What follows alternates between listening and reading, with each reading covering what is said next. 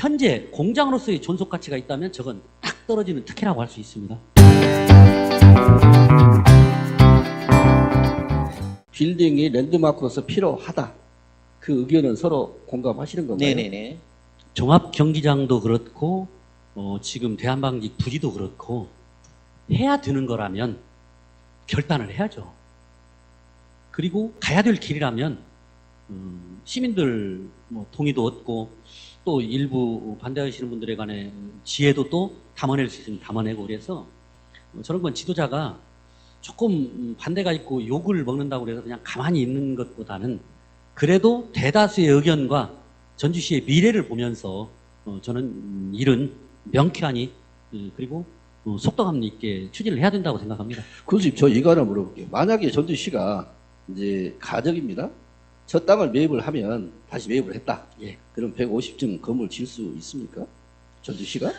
그건 전주시에서 짓는 것이 효율이 있을 것인지 없을 것인지 그것도 검토를 해야 되지만 쉽지 않을 겁니다. 예. 다만 전주시는 건물을 지어서 분양을 하거나 이런 일을 하는 것이 아니라 공공 개발을 해서 그 땅이 필요한 사람에게 제대로 평가를 해서 매각을 하면 되는 거죠. 그래서 그 이익을 시민과 시 발전을 위해서 쓰면 되는 거다 그 말이죠. 근데 그건 지금 아쉽게도 매입을 못 해놨잖아요.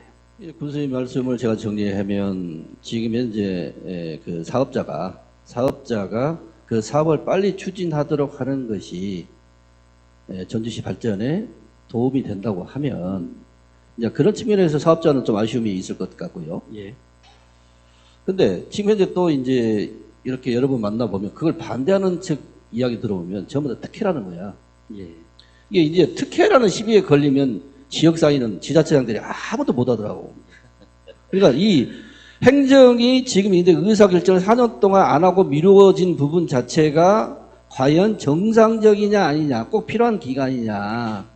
그리고 이런 부분은 아까 우려했던 부분은 행정에서 충분히 그것은 전주시민이 다 100% 납득을 할 수는 없겠지만 서로 납득할 수준에서 행정으로 충분히 그것은 수용이 가능할 텐데 이건 지금 사업자 입장에서 보면 예측을 못하기가 제일 좀 답답할 것 같아요. 전주 도청 부근에 있는 신시가지 개발은 90년도 중반 이후에 네. 시작이 됐던 거죠. 네.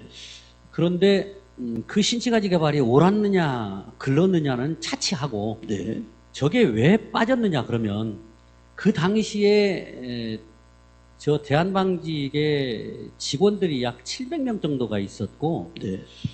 공장이 잘 돌아갈 때 저걸 이전을 시키면 영업보상도 200억 넘게 150억에서 200억이 넘게 그때 평가가 나왔던 것 같아요.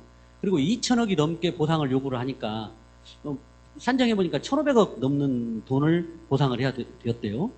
그러니 전체 개발하는데 저걸 넣으면 저 대한방직 부지를 넣으면 평당 30만 원 정도가 돈이 더 들어갔다고 그럽니다. 그래서 아마 재척을 시켰던 것 같은데 그 이후에 그 방직 산업이 침체에 들어서고 대한방직도 저걸 매각을 의사가 이제 생기니까 그때는 영업보상이나 이전 보상을 안 해줘도 되는 상황이 왔잖아요.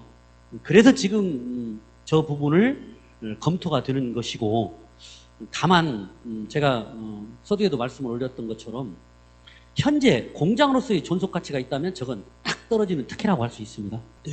그러나 공장으로서의 존속 가치가 거의 없어지고 새롭게 발전을 위해서 뭔 다른 용도로 써야 된다면 특혜라고 보는 측면보다는 새롭게 쓰는 측면이 옳다라고는 게 더 있지 않을까. 저는 제 개인적인 판단인지는 모르지만 제가 이 얘기를 이렇게 해보면 많은 사람들이 그런 걸 서두에 논의하면서 말을 하면 특혜보다는 새롭게 지금 이 시대에 맞는 용도로 쓰는 게 맞겠다라는 게 훨씬 더 많은 것 같아요. 다만 용적률이나 공장지대를 그렇게 해주기 때문에 얻어지는 이익을 사업자가 고스란히 가게 하는 것은 딱 떨어지는 특혜다.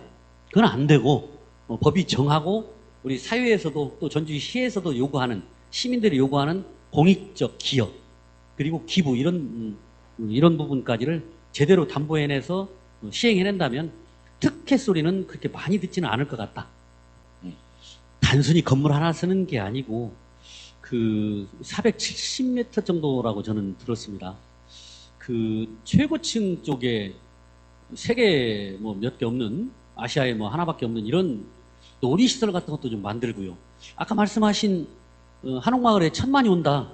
근데 그 1,000만이 와서 지역 경제에 미치는 효과가 그렇게 어느 정도인지 이런 부분도 뭐 상인들이 말하는 객단가 한 명이 와가지고 쓰고 가는 비용 이런 것들도 한옥마을 저런 거대한 타워와 놀이시설 그리고 또 그걸 이 선으로 면으로 연결시키는 전주의 뭐 좋은 음식 뭐 많은 박물관 그리고 뭐 미술관 문화예술 이런 콘텐츠들이 같이 입어서 자영업자 소상공인 문화예술인 지역의 경제 이런 게 같이 살아날 수 있는 걸로 우리가 지혜를 모아서 준비를 철저히 한다면 저는 시도해보는 쪽이 가만히 앉아서 죽는 것보다는 시도해보는 쪽이 훨씬 가치가 더 있는 일 아닌가 그렇게 생각합니다.